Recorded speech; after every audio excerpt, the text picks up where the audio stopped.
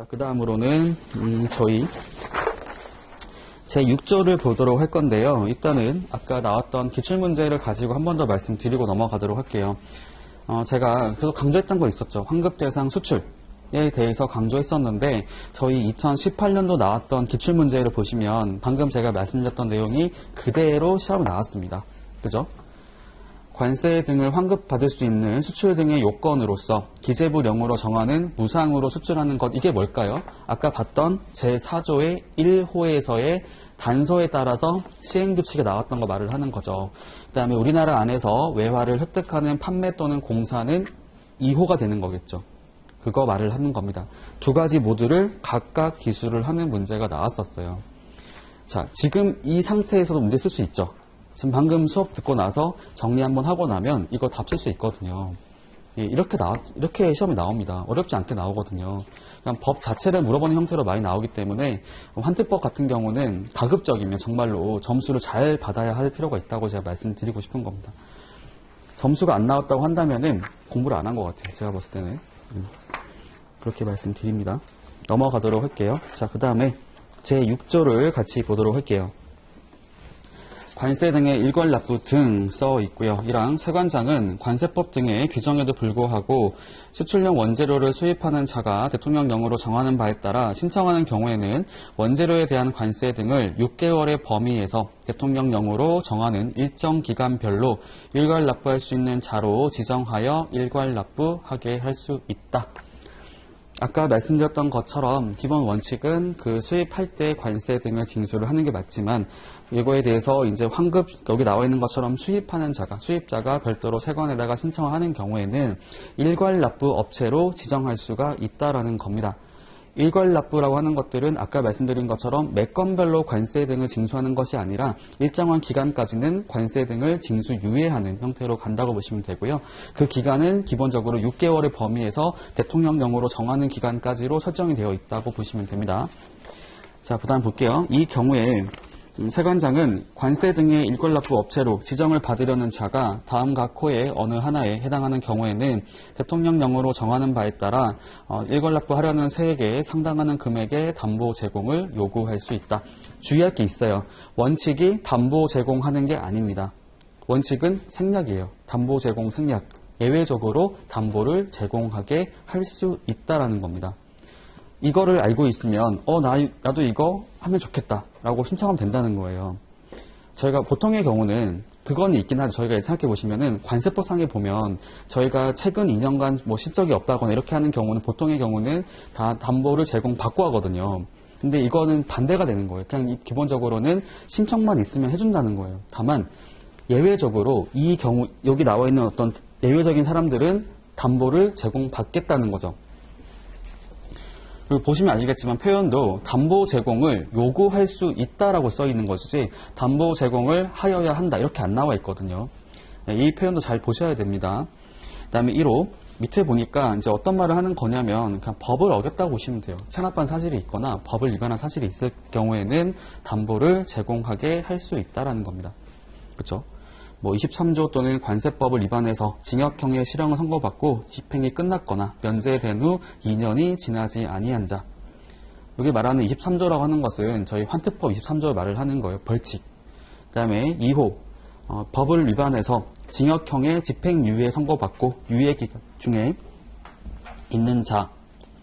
3호 환특법, 관세법 등에 따라 벌금형 또는 통고 처분을 받은 자로서 2년이 지나지 아니한 자.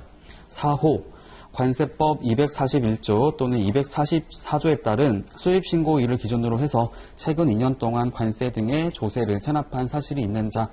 그 다음에 5호를 보니까요. 수입 실정 등을 고려해 봤을 때 관세 채권 확보가 곤란하다고 인정되는 자. 이렇게 나와 있습니다. 그리고 오른쪽에 그 시행령 3조 보시면은 담보물의 종류라고 해서 나오는 게 있어요. 여기 보시면 금전, 국가 또는 지방자치단체가 발행한 채권 및 증권 나와 있는데 주의할 게 있죠. 저희 관세법상에 나와 있는 거하고 좀 다릅니다. 그죠? 이것도 시험에 낼 수 있어요. 저희 올해 기출문제를 생각해 보시면 그렇게 나왔잖아요. 뭐뭐를 쓰세요. 몇 가지를 쓰세요 나왔었죠. 이걸 가지고 착안해 보면 관세법상 요구할 수 있는, 제공할 수 있는 담보의 종류와 환태법상 요구할 수 있는, 제공할 수 있는 담보의 종류를 각각 쓰세요. 이렇게 나올 수 있다는 거죠. 충분히 가능하죠. 예, 그래서 무조건 정리해 주세요. 암기를 할 필요가 있다고 생각이 듭니다. 좀 다른 부분이 있다고 말씀드리고 싶고요. 나머지는 그냥 참고로 보시면 될 것 같습니다. 다시 왼쪽으로 올 건데 저희 시행령 제2조를 한번 다시 볼게요. 관세 등의 이걸 납부 기간, 환특법 제6조 1항 각호 외의 부분 전단에 따른 일괄 납부 기간은 1개월, 2개월, 3개월로 한다. 다만 법 제7조에 따른 정산 업무를 효율적으로 수행하기 위하여 필요하다고 인정하여 기재부령으로 정하는 경우에는 6개월의 범위 내에서 일괄 납부 기간을 따로 정할 수 있다. 자, 제가 한마디로 말씀을 드려보도록 하겠습니다. 자, 일괄 납부라고 하는 것은 이거 올해 저희 시험 나왔던 내용이라 자, 원칙과 예외로 말씀드려볼게요. 원칙 1, 2, 3 개월. 예외 두 가지가 있어요. 반기, 편의를 위해서 4 반기. 반기는 6이죠. 1, 2, 3, 4, 6 이렇게 이해하시면 됩니다. 원래 기본적으로는 3개월까지 할 수 있게 되어 있어요. 1개월, 2개월, 3개월 이내에서 일괄 납부를 하게 할 수 있다. 하지만 예외적으로는 4개월이나 반기까지도 가능하다. 이거 올해 저희 시험 문제였습니다. 기출문제. 그렇죠? 여기 한번 볼까요? 저 기출문제 보시면은 한번 볼게요. 관세 등의 일괄 납부 기간과 직권정산 사유 4가지를 쓰시오 나와 있는데요. 여기 보시면 일괄 납부 기간이라고 해놓고 옆에 보니까 단서조항 포함이라고 써 있거든요. 단서조항이 뭐냐면 이거예요. 예외. 예외를 말을 하는 겁니다. 원칙과 예외를 쓰세요라고 말을 한 거죠. 1, 2, 3개월, 그 다음에 4개월, 반기. 이거를 말을 하는 건데 참고하시면 좋겠고요. 자, 오른쪽에 볼게요. 시행규칙 제4조에 보시면은 아까 말씀드렸던 그 단서가 나와 있습니다. 1호 주로 수출하는 물품 또는 수출 물품을 생산한 자에게 공급하는 물품의 생산 기간이 3월 이상 소요되는 업체가 수입하는 경우에는 수입신고 수리일이 속하는 반기라고 써 있어요. 그죠? 이게 핵심이 뭐냐면은 원래 3개월까지가 원칙이잖아요. 근데 생산하는데 3개월 이상 걸린다는 겁니다. 이 취지가 뭐였어요? 처음에 납부했던 세금이 있지만 납부를 징수를 유예하고 나중에 환급 받을 거 하고 징수할 세금을 정산을 하겠다는 거잖아요. 근데 지금 말이 안 되는 게 생산하는데 3개월 이상 걸린다고 치면은 징수할 건 있는데 환급이 안 된다는 거잖아요. 수출할 게 없기 때문에. 이거는 기간을 늘려준다는 겁니다. 반기까지 늘려준다라는 거죠. 그래야 나중에 징수할 거랑 환급 받을 것을 정산할 수 있기 때문에 그 말을 쓴 거죠. 주의할 게 뭐냐면 수입신고 수리일이 속하는 반기예요. 이거 헷갈릴 수 있거든요. 놓칠 수 있단 말이죠. 그냥 반기 쓰면 절대로 안 됩니다. 땡. 틀린 말이에요. 수입신고 수리일이 속하는 반기라고 반드시 명시해 주셔야 됩니다. 밑에 2호를 볼게요. 중소기업기본법 제2조의 규정에 의한 중소기업자가, 한마디로 말하면 중소기업 같은 경우는 최초로 관세 등의 일괄 납부를 신청한 날에 속하는 달에 1일부터 계산해서 4월. 다만 당해 중소기업자가 영 제2조 1항 본문을 적용받고자 하는 경우에는 그러하지 아니하다 라고 써있네요. 자, 무슨 말을 하고 있냐면요.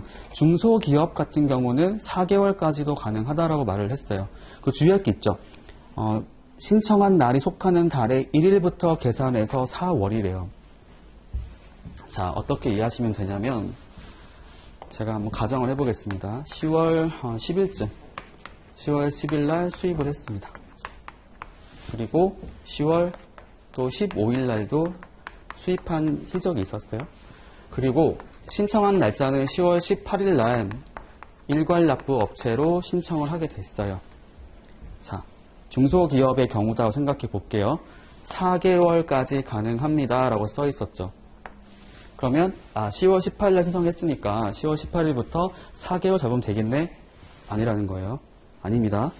그 달이 속하는 1일부터 계산한다는 거죠. 10월 1일부터 4개월을 잡는다는 겁니다. 이거 가능하다는 거예요. 기본적으로. 그렇게 나와 있잖아요. 보시면 볼게요. 최초로 관세 등의 일괄 납부를 신청한 날이 속하는 달의 1일부터 계산하여 4월이죠. 이게 가능할까? 생각할 수 있는 게 어떻게 한번 말씀드려 볼게요. 저희가 관세법상에 나와 있는 그 납부 기한을 가지고 말씀드려 보면 4가지 형태로 생각할 수 있어요. 첫 번째가 뭐냐면 사전 납부. 이게 뭐냐면 보통 수입신고 수리 전에 납부한 형태를 말을 하는 거고요. 그다음에 두 번째가 뭐냐면 사후 납부가 있습니다. 납세 신고한 경우는 납세 신고 수리일부터 15일까지 납부를 하게 하고 있죠. 세 번째가 뭐냐면 월별 납부가 있어요. 월별 납부라고 하는 것들은 납부 기한이 동일한 달에 속하는 세액을 그 달의 말일까지 납부하는 경우가 있죠. 이게 가능하려면 1일부터 해서 내가 적용받으려면 최소한 사전 납부는 아니어야 되겠죠. 얘네들 지금 내가 납부 안 했다. 사후 납부 이상일 경우에는 이거 활용할 수 있다는 겁니다. 내가 아직 징수 납부하지 않았던 세금이 있다고 쳤을 때 그걸 가지고 지금 역산해서 소급해서 적용을 할 수 있다는 겁니다.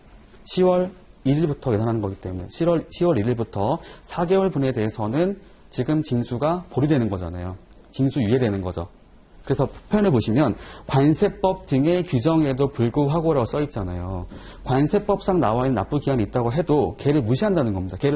걔를 벗어나서 걔를 상관없이 그거랑 상관없이 이걸 적용해 준다는 거죠. 그렇잖아요. 아까 말씀드린 것처럼 납세신고 수리했다고 했을 경우는 납세신고 수리일부터 15일까지이기 때문에 10월 10일 날 신고한 거는 10월 25일이 납부기한일 것이고 얘도 지금 10월 30일이 납부기한일 거란 말이에요. 근데 아직 납부 안 했단 말이죠. 납부하기 전인데 신청을 해서 지금 소급해 적용하다 보니까 얘랑 얘 같은 경우는 징수 유예가 된다고 보시면 됩니다. 그런 말을 쓴 거죠. 그런 의미를 갖고 있어요. 그러니까 답을 쓸 때 절대로 하시면 안 되는 게 신청한 날부터 4월 안 돼요. 틀린 말입니다. 틀린 말. 그쵸? 신청한 달이 속하는 달의 1일부터 계산해서 4월 이렇게 써야 되는 거죠. 아까 제가 말씀드렸잖아요. 이게 되게 별거 아닌 것처럼 보일 수 있어도 이거 하나만 가지고도 나중에 실무를 할 때 문제가 발생할 수 있어요. 그렇게 컨설팅 했다가는 욕먹는 거죠. 화주한테 욕먹을 수 있단 말이죠. 그러니까 그런 게 굉장히 중요하다는 겁니다. 표현 쓸 때도. 그래서 그렇게 정리를 해주세요. 네.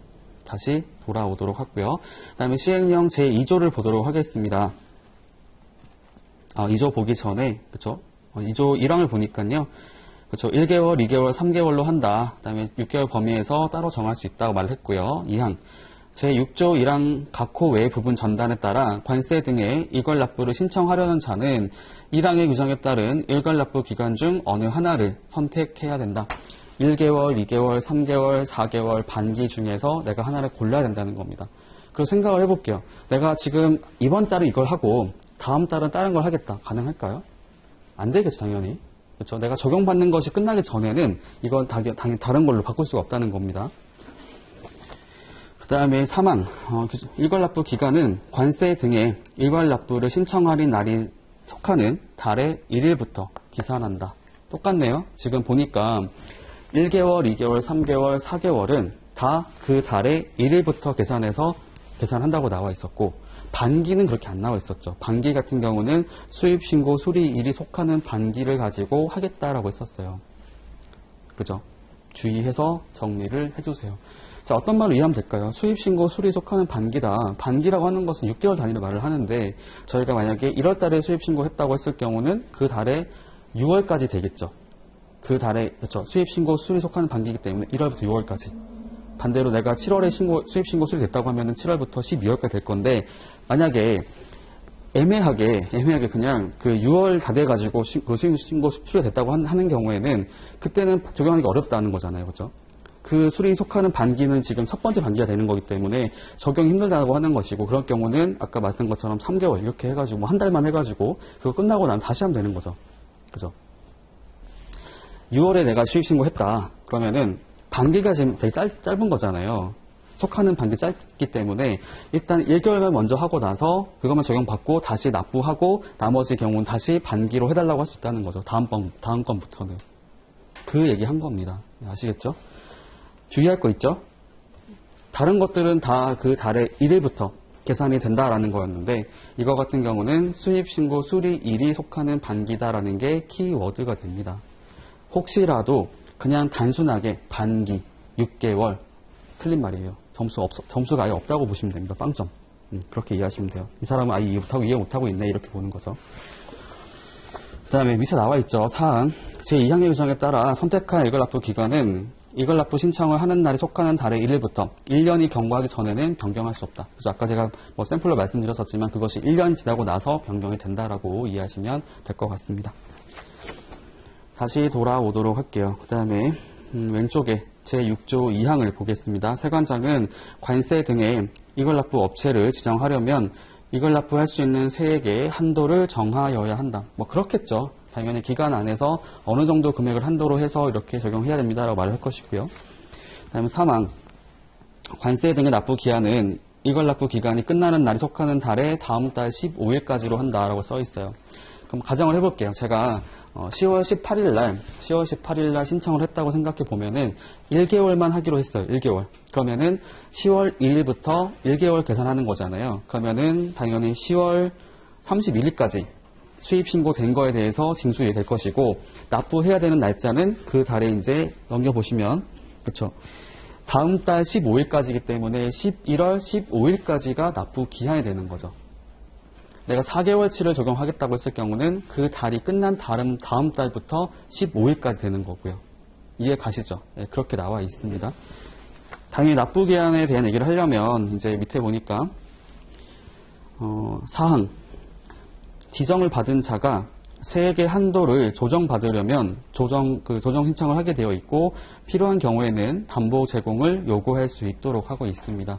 그렇죠? 처음에 받았던, 이렇게 할 수 있어요. 업체 생각해 보시면은 내가 그때 신청할 당시에 적용받았던, 그러니까 그때 당시에는 수익 건수가 많지 않았는데 나중에 되다 보니까 건수가 늘어날 수 있는 거잖아요. 당연히 그러면은 납부해야 될 세금이 늘어나게 될 수 있는 거죠. 그래서 그 당시에 한도만 가지고 안 되기 때문에 이거에 대해서는 나중에 조정 신청을 해가지고 한도액을 늘릴 수 있다는 것이고, 세관의 입장에서는 당연히 관세 채권을 확보하기 위해서 담보를 요구할 수도 있다는 겁니다.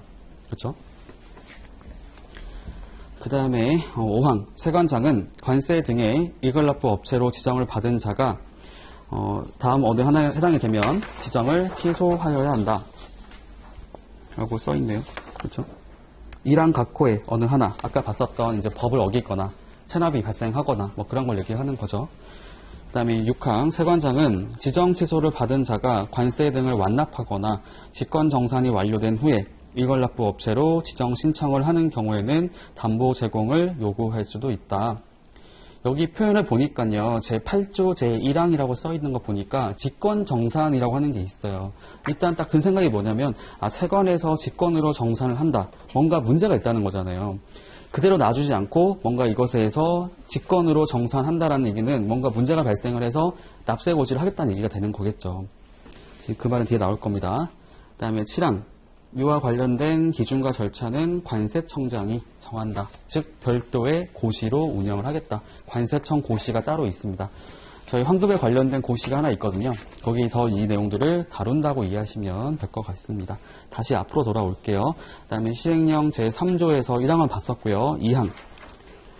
수출용 원재료에 대한 관세 등의 담보를 제공하려는 자는 제공할 담보의 종류 등을 기재한 담보 제공서를 세관장에게 제출을 하여야 한다. 뭐 당연한 얘기하는 거죠. 담보 제공할 때는 그 양식에 맞게끔 내용도 작성해서 제출을 해야 된다. 3항. 담보를 제공하는 자는 일괄납부하고자 하는 세액에 상당하는 담보를 포괄하여 수입신고 전에 제조장을 관할하는 세관장에게 제공을 해야 된다라고 써 있네요. 그러니까 주의할 게 있어요. 저희가 여기 보니까 제조장을 관할하는 세관장이라고 써 있고요. 뭐 주된 사무소 같은 경우는 그 사무소를 관할하는 세관장이라 말을 쓰고, 이하 관할지 세관장이라 말을 쓰고 있는데, 제가 샘플로 말씀드려 볼게요. 저희 회사가, 제가 제조업체에 관장을 해볼게요. 저희 회사가 서울에 있어요. 서울에 있는데 보통 공장 같은 경우는 서울에 없거든요. 보통 경기도 용인 이런 데 간단 말이에요. 용인이나 뭐 다른 지역 간단 말이죠. 그러니까 저희 공장은 용인에 있어요.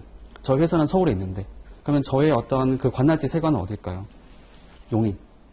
그 말 쓴 거잖아요. 제조장을 관할하고 있는 세관장에게 담보를 제공해야 된다. 그 말이 뭐냐면 용인 세관에 담보를 제공해야 됩니다 라고 말을 쓴 겁니다. 저희 회사로 놓고 보면 서울세관이잖아요. 서울세관이 아니라 제조장을 관할하고 있는 그 세관에다가 담보를 제공해야 됩니다. 그 세관에서 업무를 처리를 한다라고 이해하시면 됩니다. 그 말을 쓴 거잖아요. 그쵸? 담보를 포괄해서 포괄 담보를 수입 신고 전에 제조장을 관할하는 세관장에게 제공을 해야 됩니다. 그쪽 세관에다가 담보 제공서를 제공하셔야 됩니다라고 말을 쓴 겁니다. 사항 제3의 규정에도 불구하고 수입 신고할 때마다 참고로 말씀드릴게요. 지금 방금 봤던 것처럼 왜 그 본사를 가지고 하는 게 아니라 왜 제조하는 곳을 가지고 관할하는 세관으로 이렇게 제공하게 됐을까요? 여러분들이 세관이라 보시면 돼요. 세관 직원 봤을 때는 내가 지금 회사는 서울에 있다고 하더라도 공장은 지금 용인에 있잖아요. 나중에 필요한 경우에는 그거 공장 찾아갈 수 있는 거죠. 당연히 그렇게 하려면은 서울에서 관리하는 게 편할까요? 용인에서 관리하는 게 편할까요? 용인이 맞겠죠. 그렇게 이해하시면 됩니다. 제조에 관련된 어떤 담보가 지금 제공됐을 때 나중에 관리한다는 얘기가 뭐냐면은 실제로 이거에 관련해서는 그 통관했던 그쪽이 아니라 지금 어떤 나중에 환급 신청을 하는 곳이 있을 거란 말이에요. 거기다가 지금 이것을 맡기겠다는 관리에 맡겨가지고 필요한 경우에는 직접 실사를 가서 검증도 해보고 검사도 하고 이렇게 한다는 거죠. 제가 서울 용인에서 그렇지 서울하고 지방을 말해보면 차이가 느껴지겠죠. 서울에 회사가 있는데 경북에 저희 공장이 있다고 쳐보세요. 관리가 안 될 거 아니에요. 서로 간에. 그죠? 그렇게 이해하시면 될 것 같습니다. 그 다음에 사항 제3의 규정에 불구하고 수입 신고할 때마다 관세 등에 대한 담보를 제공하고자 하는 자는 수입 신고 시에 통관지 세관장에게도 담보를 요구할 수 있다. 일괄해서 하는 게 아니라 그냥 건별로 이렇게 하겠다고 했을 경우에는 그쪽 통관하는 그쪽 세관에다가도 담보를 제공하게 할 수 있다라고 나와 있습니다. 그 다음에 5항에 보니까요. 대통령령으로 정하는 관세 채권 확보가 곤란한 경우 아까 봤던 거 있었죠. 저희 1항에 보시면은 맨 마지막에 나왔던 호가 있거든요. 5호. 거기 보니까 뭐 수입 실적이 없는 경우, 그 다음에 파산 등의 절차가 진행 중인 경우, 그 다음에 관세청장이 채권 확보가 곤란한 경우라고 이제 보는 경우, 그때는 이제 관세권 확보가 곤란하기 때문에 담보의 제공을 요구하게 할 수 있다는 겁니다. 그러니까 보통 보면은 저희가 관세법도 그렇고요. 최근 2년간 수입 실적이 없다고 하는 것은 세관이 봤을 때 이 업체는 사실 좀 신뢰가 안 간다고 보는 거거든요. 관세법도 그렇고 환태법도 그렇고 그냥 신규 업체 같은 경우는 기본적으로 담보 제공 다 받습니다. 그렇게 이해하시면 되죠. 그러니까 내가 조금 더 공부를 디테일하게 하고 싶다고 생각이 드시면은 여기 나와 있는 이 요건하고 이 사유하고 저희 관세법상에 보시면은 외벌납부에 관련돼 있는 그 내용도 있긴 하거든요. 거기랑 저희가 봤던 것 중에 수입 신고 전에 담보를 요구할 수 있는 사유가 있다고 나와 있는 거 있죠. 그걸 한번 비교해가지고 이게 겹치는 것도 있구나라고 보시고요. 내가 진짜로 그 수입을 하는 그 업체라고 생각해 보시면은 이런 것들이 적용될 수가 있구나라고 이해해서 정리하시면 좋겠습니다. 자, 무슨 말을 하는 거냐면 가정을 해보는 거죠. 여러분들이 내가 지금 사업을 한다. 근데 수입한 실적이 없다. 이제 앞으로 수입을 하려고 한다. 라고 했을 때 내가 보니까 관세법에서는 이렇게 내가 지금 해당이 되기 때문에 담보를 제공하게 되어 있고 환태법상에서는 이런 내용에 따라서 내가 담보를 내야 되는구나 라고 생각할 수 있다는 거잖아요. 그렇게 비교해서 내용을 보다 보면은 이게 겹치는 게 눈에 보인다는 거죠. 관세법상에 나와 있는 담보 제공 사유랑 환태법에 나와 있는 담보 제공 사유랑 겹치는 게 분명히 있단 말이죠. 이런 것들을 내가 실제로 그 업체라고 생각하게 되면은 더 눈에 잘 들어오거든요. 그렇게 말씀드린 겁니다. 저희 요즘 추세가 올해 보셔서 아시겠지만 무슨 내용을 쓰세요 이렇게 나올 수 있단 말이죠. 다시 말씀드리면은 여기 나와 있는 것처럼 담보 제공을 할 수 있는 사유를 쓰세요 이렇게 나올 수 있단 말이죠. 당연히 암기가 필요합니다. 기본적으로. 그리고 시행령 6항 보니까요. 기타 필요한 사항에 대해서는 관세청장이 정한다. 고시로서 운영을 하겠다라고 나와 있습니다. 자, 그 다음에 제7조를 보도록 하겠습니다. 수출용 원재료에 대한 관세 등과 환급액의 정산. 정산은 왜 나오는지 아시겠죠? 앞에서 일괄납부를 하게 만든 다음에 징수가 유예된 상태에서 나중에 다시 정산을 하는 절차를 거친다고 보시면 될 것 같고요. 이랑 세관장은 대통령령으로 정하는 바에 따라 일괄납부 업체가 일괄납부하여야 할 관세 등과 지급이 보류된 환급금을 정산하고 대통령령으로 정하는 날까지 관세 등의 일괄납부 업체의 정산 결과를 통지하여야 한다. 그렇죠? 지금 징수 납부해야 되는 세금하고 그 다음에 환급받을 금액하고 서로 상제시켜가지고 얼만큼 내셔야 합니다. 또는 환급받을 게 있습니다라고 이제 알려주는 거죠. 정산 결과를 통지하게 되어 있다라는 겁니다. 그리고 이제 오른쪽에 보면요. 정산 통지에 대한 얘기가 나와 있어요. 밑에 1항 같은 경우는 그 내용이 나오게 되죠. 뭐 일괄 납부해야 되는 관세 등의 내역, 그 다음에 지급이 보류된 환급금액 내역, 그렇죠? 쉽게 말하면 납부해야 될 금액이 얼마고요. 그 다음에 환급받을 금액이 얼마입니다. 그래서 그거 정산해서 이만큼을 납부하셔야 됩니다라고 알려주는 겁니다. 그 다음에 밑에 보니까 이제 그 날짜가 나와 있죠. 정산, 여기 보니까 정산 결과 통지하는 날짜는 일괄 납부 기간이 종료되는 달의 다음 달 1일을 말한다 라고 써 있습니다. 왜 1일일까요? 생각해 보세요. 아까 저희 봤던 거 있었죠. 납부 기한. 납부 기한이 다음 달 15일까지였잖아요. 저희가 납부 고지서 같은 경우는 기본적으로 고지서 받은 날부터 15일까지 납부하게 되어 있죠. 그렇기 때문에 1일날 통지하고 납세 고지해서 돈을 받는다고 보시면 됩니다. 좀 매칭이 되시죠?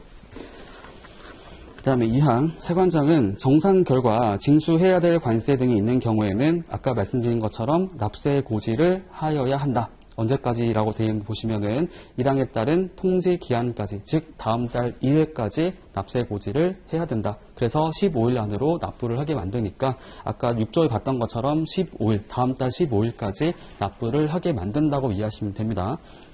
다음은 3항 제2항에 따른 납세 고지를 받은 관세 등의 일괄납부 업체는 일괄납부 기간이 끝나는 날에 속하는 달의 다음 달 15일까지 관세 등을 납부하게 되어 있고요. 그 다음에 환급금의 경우는 세관에서 즉시 지급을 하게 되어 있습니다.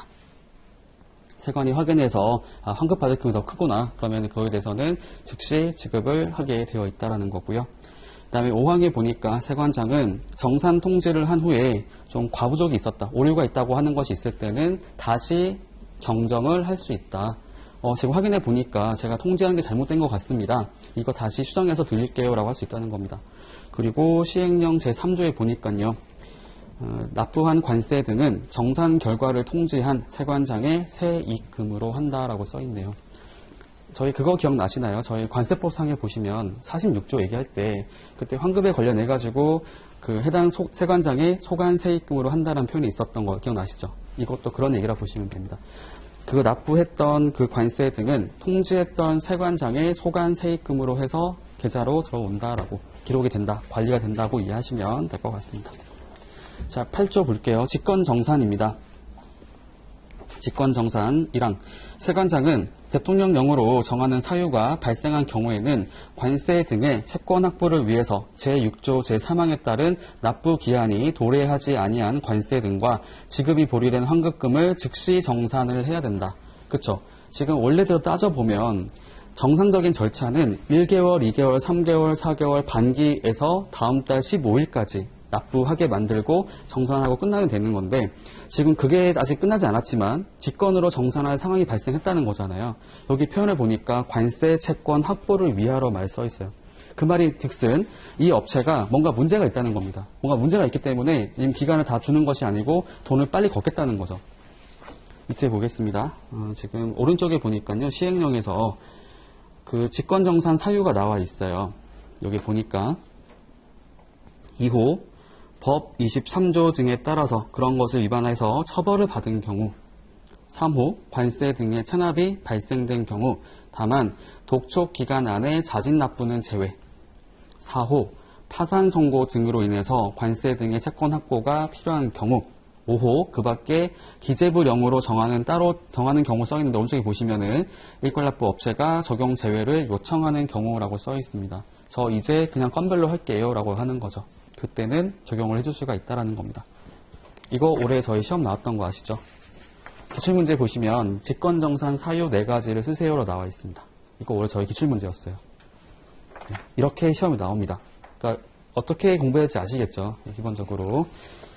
그러니까 내용 보시면 아시겠지만 관세 채권 확보가 곤란하다고 보기 때문에 하나 빼고요. 하나는 지금 그 신청했던 자가 그냥 저 제외해주세요 말했던 거고 그거 빼고는 기본적으로는 관세 채권 확보가 곤란할 것으로 보이기 때문에 즉시 징수를 하겠다라는 겁니다. 직권으로.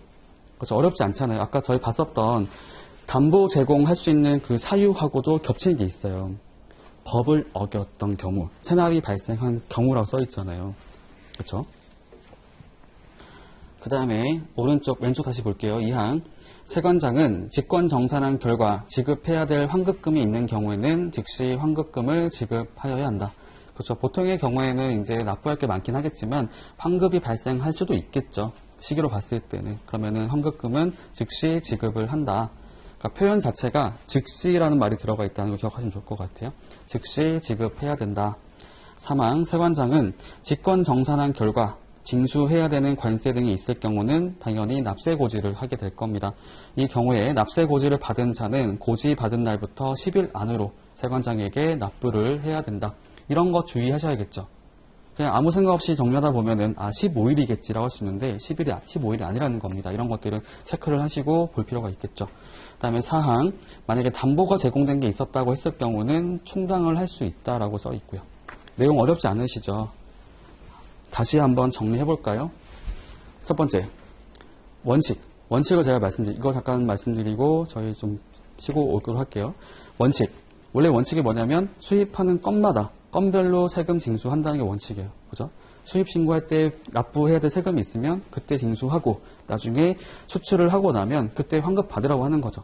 근데 이렇게 하는 것들이 번거로우니까 처음부터 유예시켜주고 나중에 내야 될 세금들을 줄여주면 업체가 이득을 볼 수 있잖아요. 그러니까 그렇게 하기 위해서 이 제도를 가지고 있다 보시면 되죠. 그래서 일괄납부 제도라고 하는 것들을 운영하고 있습니다. 그래서 그 기간은 기본적으로 1개월, 2개월, 3개월을 원칙으로 하고 있는데 예외적으로는 반기나 4개월까지도 가능하다고 말씀드렸던 거고 주의할 게 뭐냐면 이거의 기산점이 되는 그 시기가 언제인지 중요하다고 말씀드렸죠. 그 달의 1일부터 계산을 한다.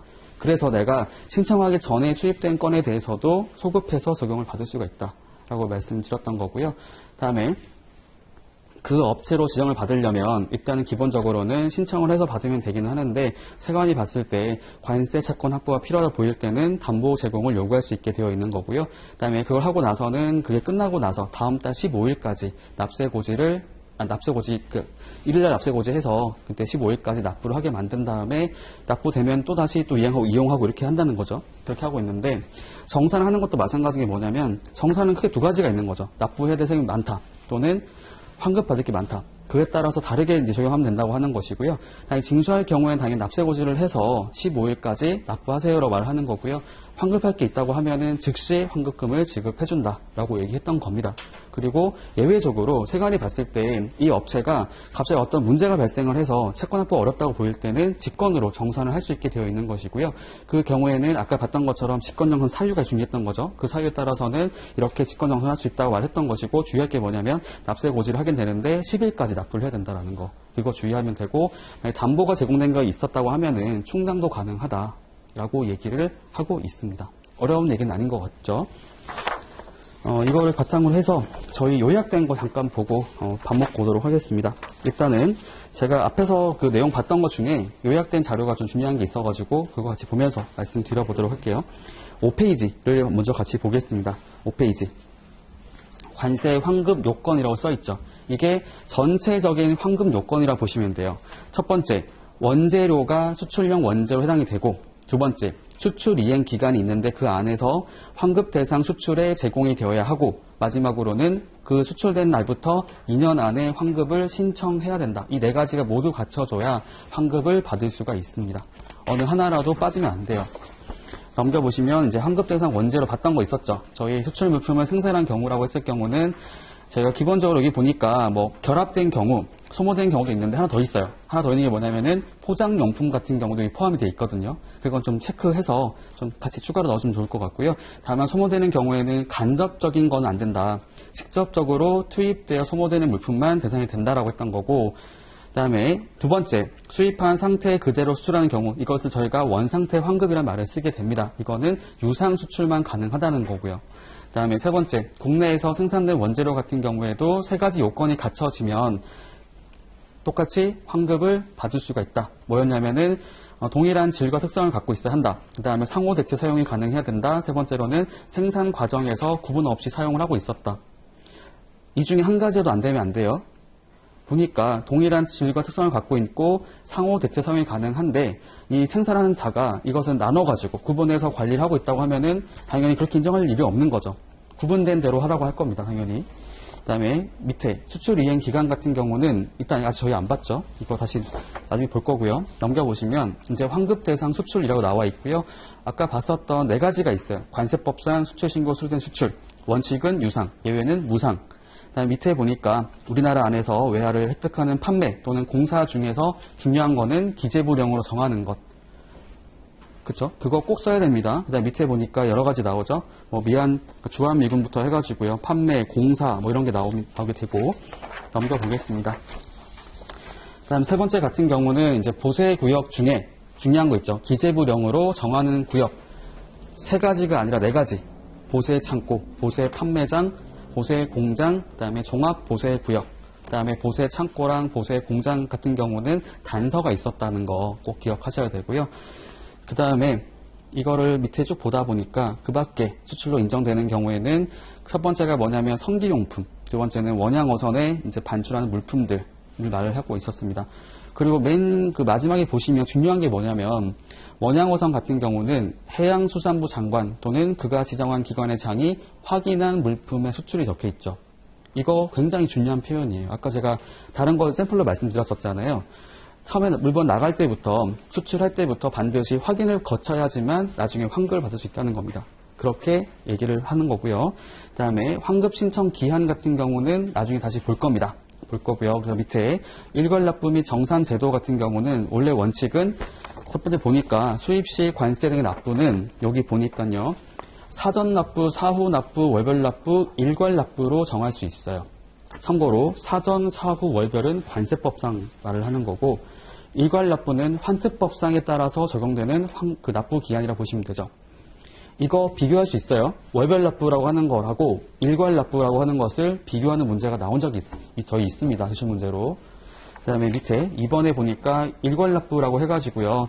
아까 말씀드린 것처럼 원래 원칙은 수입할 때 관세 등을 징수를 해야 되지만 조세 부담에 따른 자금 부담을 덜어주고 그 다음에 금융비용 절감을 위해서 이렇게 선택할 수 있도록 하고 있는 것이 있다고 보면 될 것 같고요. 나중엔 차액만 지급한다 또는 차익이 발생했을 때 환급 받는다고 보시면 됩니다. 이렇게 밑에 보시면 지정 신청이라고 해가지고 신청업체 원칙은 담보가 생략되지만 예외적으로 담보 제공 사유가 해당이 되면 담보를 제공받는다라고 적혀져 있고요. 신청 방법은 기본적으로 신청 서류를 제출을 해서 받으면 되고 한도의 설정, 납부 기한, 세액 한도 조정, 지정 취소, 그다음에 재신청 이렇게 들어가 있습니다. 그다음에 기간은 1월, 2월, 3월 이것은 모든 업체가 가능한데 다만 4월하고 반기 같은 경우는 업체가 요건이 있다는 거 주의하셔야 돼요. 업체 요건이 있다. 4월 같은 경우는 중소기업자만 가능합니다. 중소기업자만 가능하다. 이거 관련해서 저희 문제 나왔던 것 중에 그게 있었거든요. 중소기업을 지원하는 제도에 대하여 설명하세요라고 문제 나온 게 있어요. 일단은 얘가 들어가야겠죠. 나중에 볼 거지만 간이정액 환급도 들어가야 됩니다. 그렇게도 문제가 나왔기 때문에 좀 구분해서 정리를 하실 필요가 있다고 보이고요. 그 다음에 반기 같은 경우는 기본적으로 이제 생산 기간이 3월 이상 소요되는 업체만 신청을 할 수 있다는 거 주의하시면 좋겠습니다. 그러니까 제가 당부드리고 싶은 말씀이 뭐냐면은 내용을 정리를 할 때 그냥 마치 기계처럼 이렇게 1월, 2월, 3월 이렇게 정리하는 것이 아니라 의미가 있는 것들은 그걸 바탕으로 해서 정리하시면 돼요. 원래 원칙이 이렇다. 예외는 이렇게 되는데 모든 업체가 다 되는 건 아니고 이런 업체 같은 경우는 반드시 필요한 요건이 있다. 그거를 하나씩 기억하시는 거죠. 그러니까 그런 식으로 정리를 해놔야 나중에 혹시라도 내가 기억이 안 났을 때 이게 뭐가 있었지 라는 기억이 나가지고 그걸 쓸 수가 있어요. 그냥 아무 생각 없이 1월, 2월, 3월, 4월 반기라고 쓰게 되면 분명히 놓치는 게 발생할 수 있거든요. 내가 나름대로 의미를 가지고 아까 제가 강조했던 거 있었잖아요. 납세고지 같은 경우에도 15일이 아니다. 10일이라고 말씀드린 거 있었죠. 그러니까 그런 식으로 뭔가 떠올릴 수 있게끔 만들어 놔야 된다고 제가 말씀드립니다. 그다음에 기산, 그다음에 변경 제한, 그다음에 정산 이렇게 나와 있고요. 정산 통지라고 하는 것들도 한번 쭉 읽어보세요. 환급금 지급, 납부세 고지라고 해서 이렇게 나와 있습니다. 여기 밑에 보니까 이제 고지 방법 같은 경우는 저희가 전자송달 방식으로 진행을 하고 있습니다. 전자송달. 그 말이 뭘까요? 유니패스 사이트 통해서 전송이 된다라고 이해하시면 될 것 같습니다. 넘겨보시면 관련된 내용들 정리되어 있죠. 기타 사항에서는 세입금, 해당 정산결과 통지한 세관장의 세입금으로 해서 잡힌다. 그 다음에 오류가 있을 때는 경정을 할 수 있다. 그 다음에 직권정산 사유라고 해가지고요. 여기 나와 있는 그 4가지 사유랑 그 다음에 통지, 처리, 충당까지 들어가 있습니다. 사실 이렇게만 처음에 내용 아무것도 모르고 정리하다 보면은 분명히 어렵게 느낄 수 있다고 생각이 드는데 전체 내용을 보고 이제 다시 보니까 좀 이해가 가시죠? 정리될 것 같아요. 중요한 게 뭐냐면 2차 과목은 절대 이렇게 정리된 것만 가지고 암기하는 게 아닙니다. 스스로 이것을 할 수 있어야 돼요. 내가 스스로 다 백지 상태를 놓고 나서 하나씩 목차를 쓸 수 있어야 되고 거기 맞춰서 답안을 쓸 수 있어야 합니다. 이게 안 되면 아무 소용이 없어요.